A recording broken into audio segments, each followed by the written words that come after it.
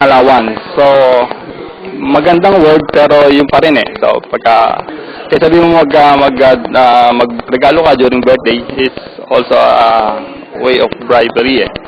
So, last year, dinimolish namin yon. Wala kaming fund para sa kahit anong representation. So, hopefully, magtuloy-tuloy. Siyempre, meron pa rin mga na may encounter na medyo nagpaparinig sa'yo. So, kailangan namin na yung straight lang na within dun sa control namin. Siyempre, may mga decision naman na wala sa control namin. Like, this is a business decision. So, we need to follow the business decision. Sabi nga nila, either na mag-stay ka sa company or lumabas ka sa company kung di mo kaya. So, but for me, it's a personal, yun yung maging basehan ko, yung personal na ano maging decision mo, ano yung tama, ano yung dapat, yun yung maging simula. Yun lang. Ako si Rom Kumagon. I'm a Film Life Advisor, Financial Advisor. At the same time, Business and Education, Media Communications Specialist. So, actually, isa sa mga effort ko ito to contribute dito sa effort ni Mr. Atlaide to broadcast yung forum, yung discussion. Let's discuss about integrity. Malaking bagay na yun eh. So, wala pa yatang viewer pero if naka-record naman siya, hopefully may maabot pa rin, no? Yun pa rin ba yung ating question ngayon? Yun pa rin, no? So, concerns and challenges. Siguro yung pinaka-concern talaga is yung ma-reach yung heart ng Pilipino. How to really make him be concerned sa pag-develop ng personal integrity and maging strong advocate din siya ng integrity, yung aking kultura.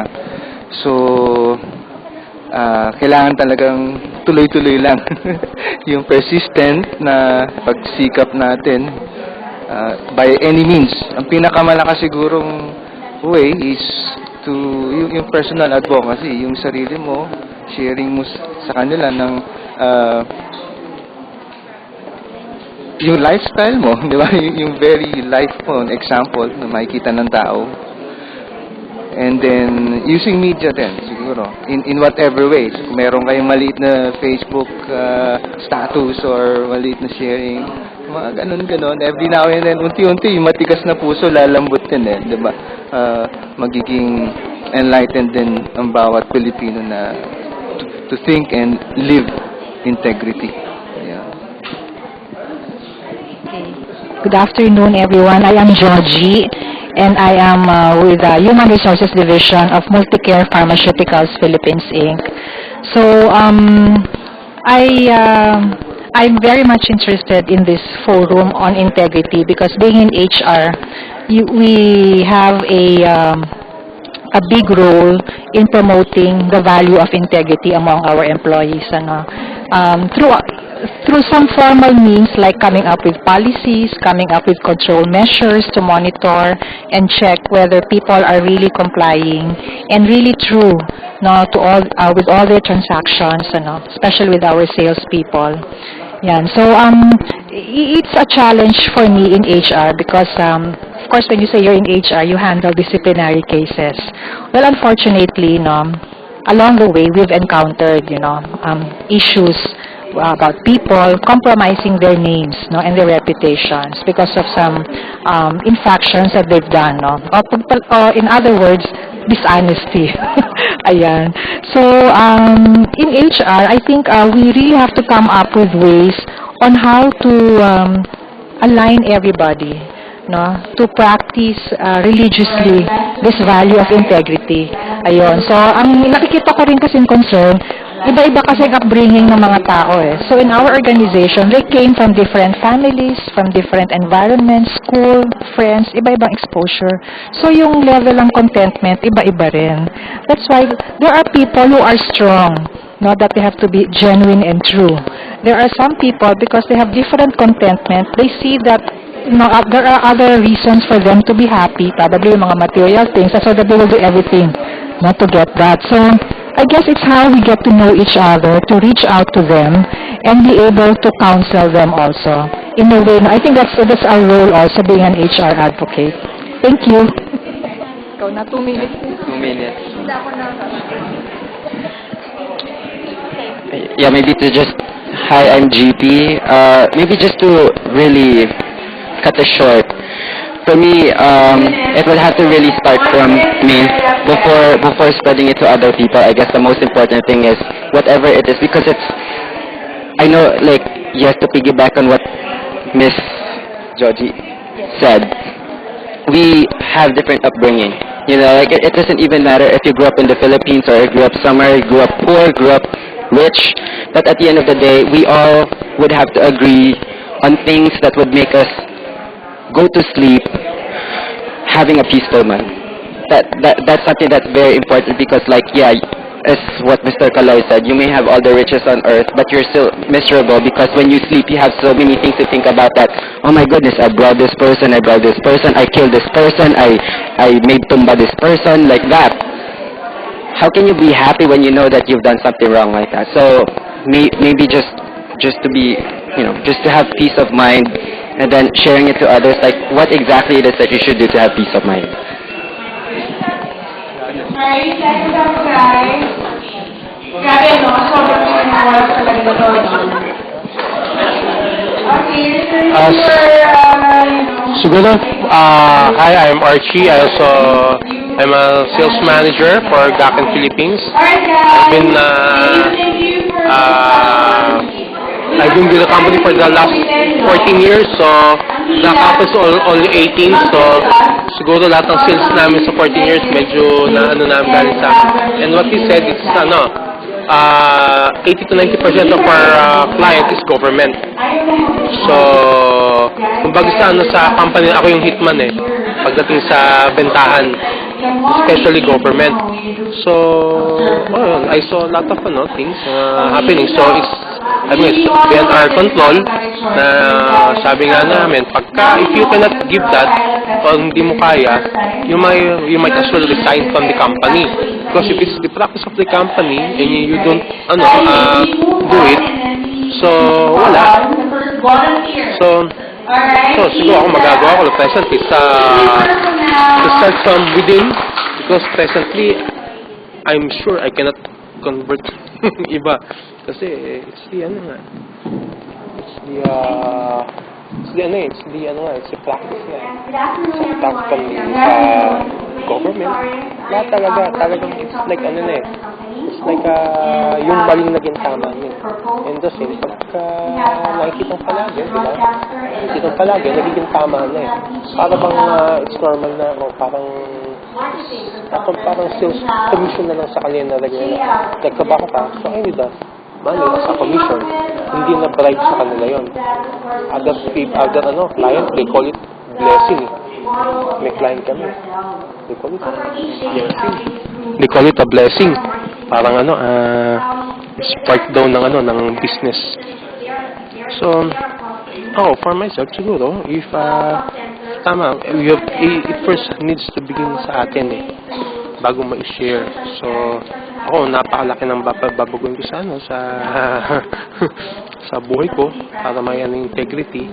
Although, talaga nilesson ko na talaga rin. Kasi nakita ko yung naging effect sa tao na dami naghihirap. Tapos, kita mo dyan yung pera sa saan lang na ginagasta. So, that's it.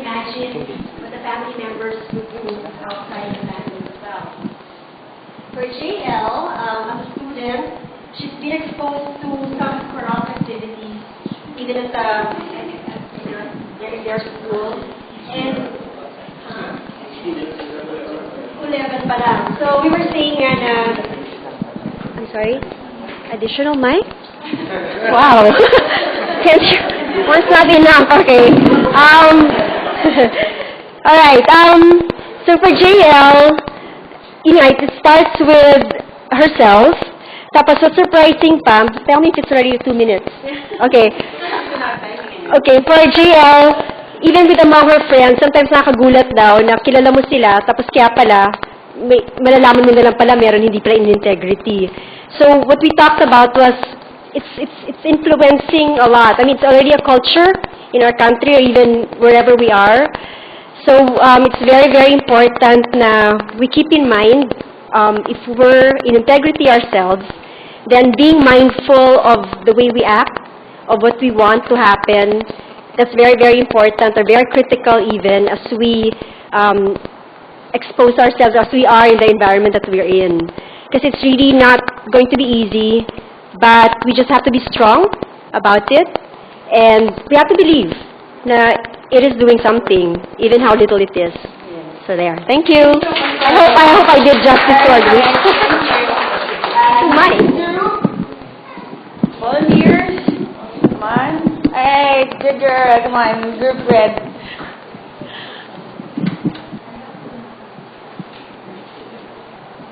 Hold on. So you will have to move 2 mics. This is the one, and then this is for the video. So, good afternoon, ma'am and sir. I'm Seth from PUP Taguig, classmate of Anna, the one who talked a while ago about integrity. So now, I'm the one who bullied to be the speaker for our group. I'm from Color Brown, and we came up with the advocating favor of integrity. Sinabi namin na integrity is something that's within ourselves. So, paano natin magagawa yun? Sabi ni Miss Maricel, dahil isa siya sa sales, sinabi niya spending more time in the field. Especially, hindi niya alam yung employees na kung ano yung ginagawa outside the field. So, it's more on guiding them, teaching them, and parang bonding with them outside the company. So, matuturuan niya, mag-guide niya yung tao para ma-influence kung ano yung mga right na gagawin according to their job description. And then, according to Anna, about friendship naman yung shinare niya, sabi niya in terms of advice, especially pag sa friendship nga naman, magbibigay ka ng advice hindi para i-please yung isang tao, kundi para ibigay sa kanya kung ano yung tama at kung ano yung magiging consequences ng mga gagawin niya. So, sinabi niya na ayaw niya kasi na parang lokohan, so kailangan mapakita niya dun sa friend niya na tama yung gagawin niya, ipaisip sa kanya kung ano yung mga dapat at hindi dapat gawin. Para naman kay Miss Melay, yung personal matters na ina-expose sa kanya, especially as in ER, in human resource, maraming mga tao na nagbibigay sa kanya ng problem regarding sa labor, regarding sa mga kung ano pang etcheche-bureche sa company. But then, sinabi niya na may trust sa kanya yung tao, yung mga employee, nandun yung integrity niya na nakakapag-share siya ng mga experiences, especially nilalapitan siya ng tao, not on company matters, but for personal matters. It means meron something sa kanya na nakita yung isang employee, that's why may trust siya sa isang tao. And para naman sa akin, gumawa kasi ako ng isang cycle na yung showcase of product mo is within yourself, na on what you do, on what you act, it is your brand name. So I stand here na binigay ko sa inyo kung ano yung integrity na meron ako, na I won't beg or I won't please you kung ano man yung mga experiences or para ipamukha sa inyo paglabas dito na gagawin ko ba to or what, na hindi ko ilalagay yung name ng father ko as my surname na tumayo lang ako dito, wala akong nagawa. Thank you.